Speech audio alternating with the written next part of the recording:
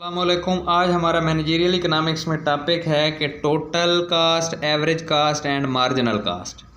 तो सबसे पहले हमने बताया total cost is the function of total output produced, it is given by the following equation. तो total cost is the function of output. The general equation of the total cost की ये एक equation लिख दी गई है, T C is equal to the D plus A Q plus B Q का square plus C Q की power 3। ये है टोटल कास्ट।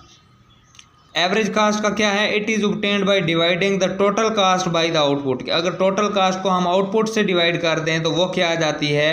एवरेज कास्ट आ जाती है। इसके बाद इसका फार्मूला बताया गया है कि एवरेज कास्ट का मतलब है change in total cost divide by change in quantity. अब वही जो क्यू वाला था, जो टोटल कास्ट की इक्वेशन थी, उसको क्यू से डिवाइड कर देंगे तो वो उसका जवाब आ जाएगा। तो डी क्यू, ये क्यू वैसे, अब ए क्यू ओवर क्यू है तो क्यू कट जाएगा तो ए बच जाएगा, बी क्यू का स्क्वायर सिर्फ बी क्यू बच जाएगा। सही है इसको, और सी क्यू की पावर 3 जो है इस क्यू से कट जाएगी तो सी क्यू की 2 आ जाएगी। ये है एवरेज कास्ट की डेरिवेशन उस इक्वेशन से। मार्जिनल कास्ट का क्या मतलब है? It is defined as a change in total cost per unit change in output.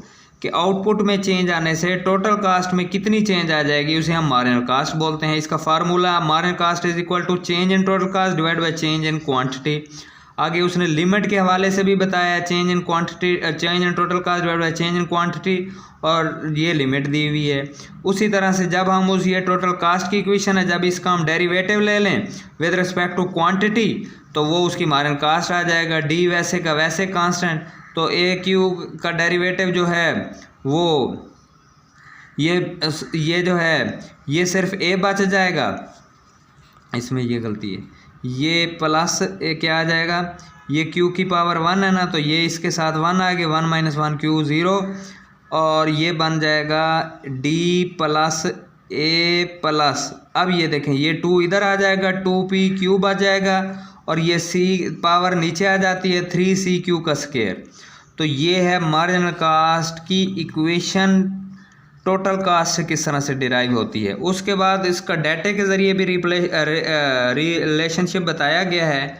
ये क्वांटिटी है, ये टोटल कास्ट है। तो एवरेज कास्ट का वही फार्मूला है कि टोटल कास्ट को क्वांटिटी से डिवाइड कर दो तो वो क्या आ जाती है? एवरेज कास्ट आ जाती है। Total cost divide by quantity, 140 divide by 1 करोगे तो 140, 160 डिवाइड बाई 2 करोगे तो 80, 180 डिवाइड बाई 3 करोगे तो 60, 240 डिवाइड बाई 4 करोगे तो 60। मार्जिनल कास्ट का क्या फार्मूला है? Change in total cost divide by change in output.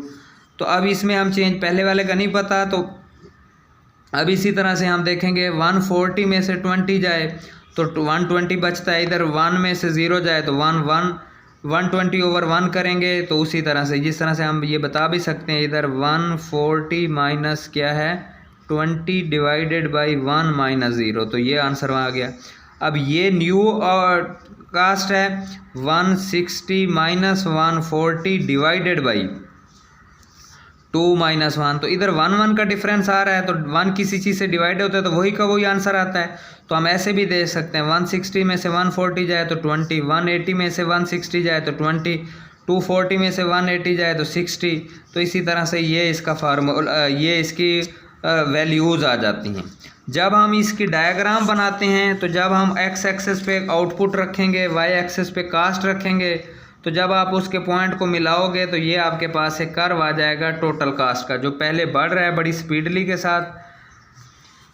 उसके बाद जब हम एवरेज और मार्जिनल के पॉइंट बनाएंगे तो पहले एवरेज कम होगा गिरता गिरता, फिर उसके बाद बढ़ना शुरू हो जाएगा। मार्जिनल बड़ी तेज़ी के साथ गिरता है, फिर इसके मिनिमम पॉइंट में से गुजरता है और फिर ऊपर बढ़ना चला जाता है।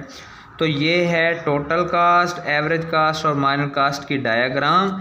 ये है टोटल, एवरेज और मार्जिनल कास्ट का डाटा, और ये हैं इनकी इक्वेशंस।